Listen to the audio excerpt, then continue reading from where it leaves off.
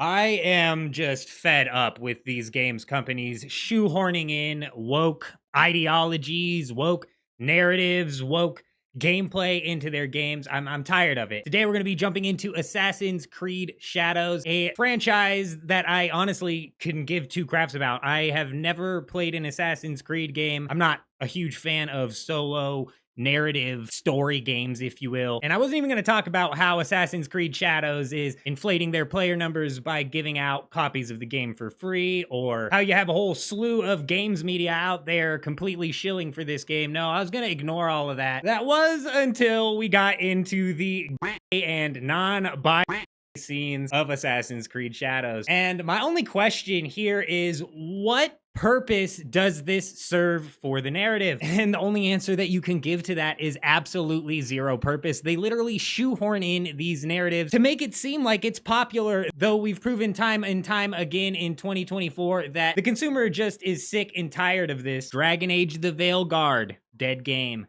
Concord, dead game. I can keep the list going on, but just for the sake of time here, we're gonna focus back in on Assassin's Creed and talk about how not only the writing of the game has just completely flopped, but also how the game itself is completely flopping and is almost assuredly going to lead to some massive layoffs. I'm pretty sure Ubisoft is trying to tank their own company at this point in time, while at the same time they're trying to seem like they're not for shareholder purposes. But with the way Ubisoft has been cutting the fat and then producing the crap, this company is dead in the water. It's dead on arrival for any of their games, in my opinion. But let's go ahead and jump on into the meat of the video, what I wanted to talk about today. We've got several news outlets completely and totally shilling for this game. Over from Insiders Gaming, they're already pushing out the narrative that Assassin's Creed Shadows has crossed over the 1 million player boundary within the first day. However, if we just take a quick look over at the Steam numbers here, it's maxed out at 40,000 peak players and is sitting right around the 40,000 mark. And what's funny is if I,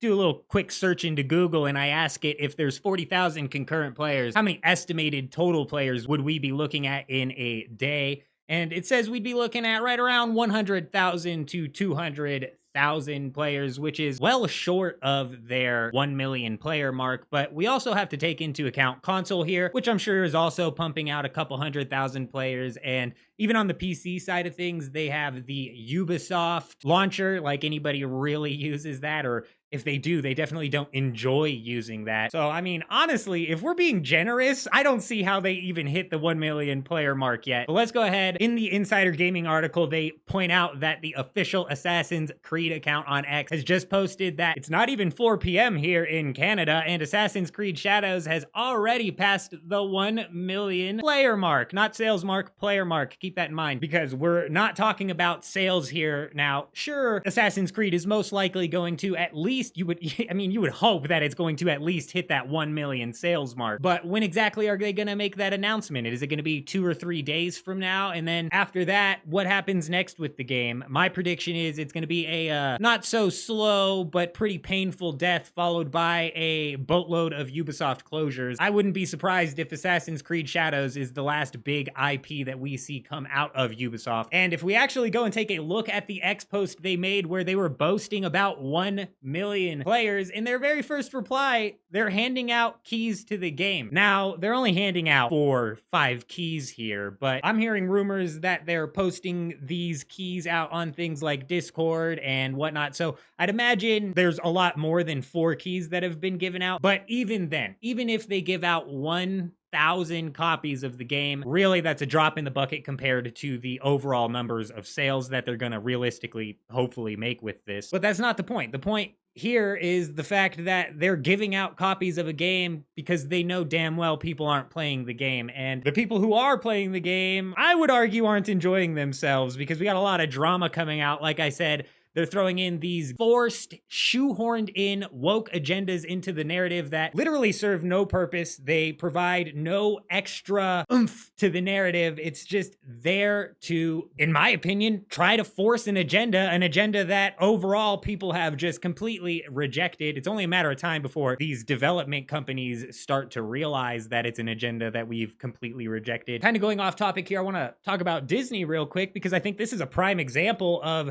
companies figuring it out and then shifting the focus. I believe with Inside Out 2, they were going to go with a big lesbian narrative for Riley. However, Disney pulled the reins back on that, and that movie came out, and I quite enjoyed watching it with my wife and kids. So take that for what you will. It's only a matter of time before the boat gets shifted on the games side of things as well. However, don't hold your breath. That doesn't mean that these companies all of a sudden hold some sort of like conservative values or morals. They don't. They literally will just push out whatever they think is going to sell. However, when the developers care a lot less about what gender fluidity is going into their game and they care more about the story and the gameplay, we get some way higher quality games. So I'm definitely looking forward to that. And the last little bit of, I guess, drama with Assassin's Creed Shadows that I want to cover before I just completely put this game behind me is the fact that they've already day one kind of bent the knee to trying to go against the grit. And what do I mean by that? So inside of Assassin's Creed Shadows, you were apparently able to go into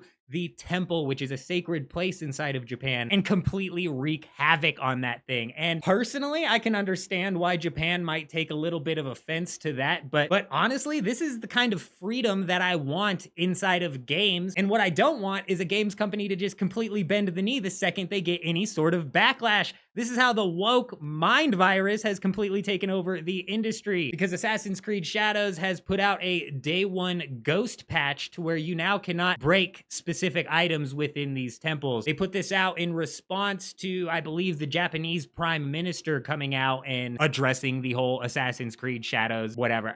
It's no big deal. It's really like, who cares? Like, honestly, if you can go inside of a temple and break it down. You know what I'm saying? I'm not crying when Grand Theft Auto allows me to rip somebody out of their car and then go running from the police, right? And Grand Theft Auto wouldn't be what it is today if they just immediately bent the knee to backlash that they got when they dropped the games back in the day, right? So overall, Assassin's Creed was never in my playbook here, was never something that I was going to be excited about. But if I was an Assassin's Creed fan, I'd be pretty damn offended at this point in time, especially watching some of the gameplay. It doesn't look good. The cutscenes, they look terrible, and the writing in this game seems dull. And I'm not surprised, because the quality of writing that we get nowadays is completely atrocious. Looking forward into new games, Borderlands 4, I think is going to be a whole nother Assassin's Creed, woke, garbage, hot mess. Grand Theft Auto 6 might lean in that direction. I can only say that in hoping that it doesn't go too far into the whole, respect my gender fluidity or else narrative. It's worn its welcome. Honestly, the past 5 years of gaming and media in general is going to be studied in the history books for generations to come. Companies are going to be looking at 2018 to 2024 as what not to do and how to avoid completely destroying your company. Thankfully, though, I believe we've turned the tide. The pendulum has now